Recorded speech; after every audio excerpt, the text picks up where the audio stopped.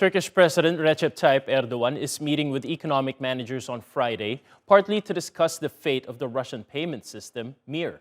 That's the nation's answer to the Western giants Visa and MasterCard. Two of Turkiye's largest banks, Denizbank and Isbank, have suspended the use of the Mir platform this week. It follows the expansion of U.S. sanctions on the Russian financial system, targeting companies that Washington says may be helping Moscow evade Western efforts to choke its economy. Turkiye's state-owned financial institutions, Halkbank, Vakif and Ziraat, continue to allow Mir transactions on their networks. Now, for more on this story, let's go to Taha Meli Arvas. He's an adjunct professor of finance at Boğaziçi University.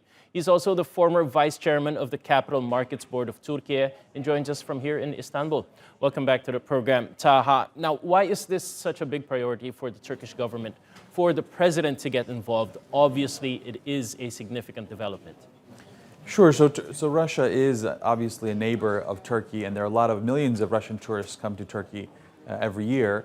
There is a significant expat community of Russians in Turkey as well. So the question here really is, what are we looking for in regards to these sanctions on the Mir platform? Is it that the United States wants to stop oligarchs from funneling hundreds of millions of dollars or billions of dollars, frankly?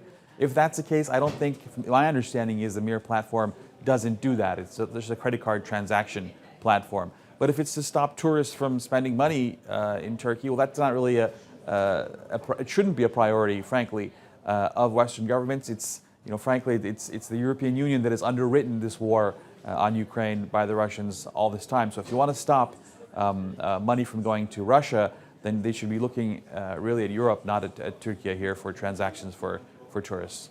And of course, Russian officials are saying that U.S. sanctions only cover transactions that are denominated, U.S. officials only cover transactions that are denominated in the U.S. dollar. So what could be the justification for sanctions on the Mir platform affecting the way people spend in other countries that do not involve the U.S.? I mean, the justification is, frankly, to make life difficult for Russians everywhere. I understand that to be the goal, but is it specifically to make life difficult for people who use credit cards on vacation? Or for, we're not talking about billionaires here or people who have power and wealth. Those people will always be fine. Obviously the rich find ways to skirt these issues. But if we're talking about punishing the middle class Russians here or something, that's something that needs to be looked into. I mean, is this the goal of these sanctions, of these issues, or is it the goal to really stop the Kremlin from getting funds for its energy? That's a completely different story, and it has nothing to do with this Mir platform, obviously. All right, and obviously this is a developing story. We hope to have more on it later in the day. But Taha, thank you for joining the program. My pleasure.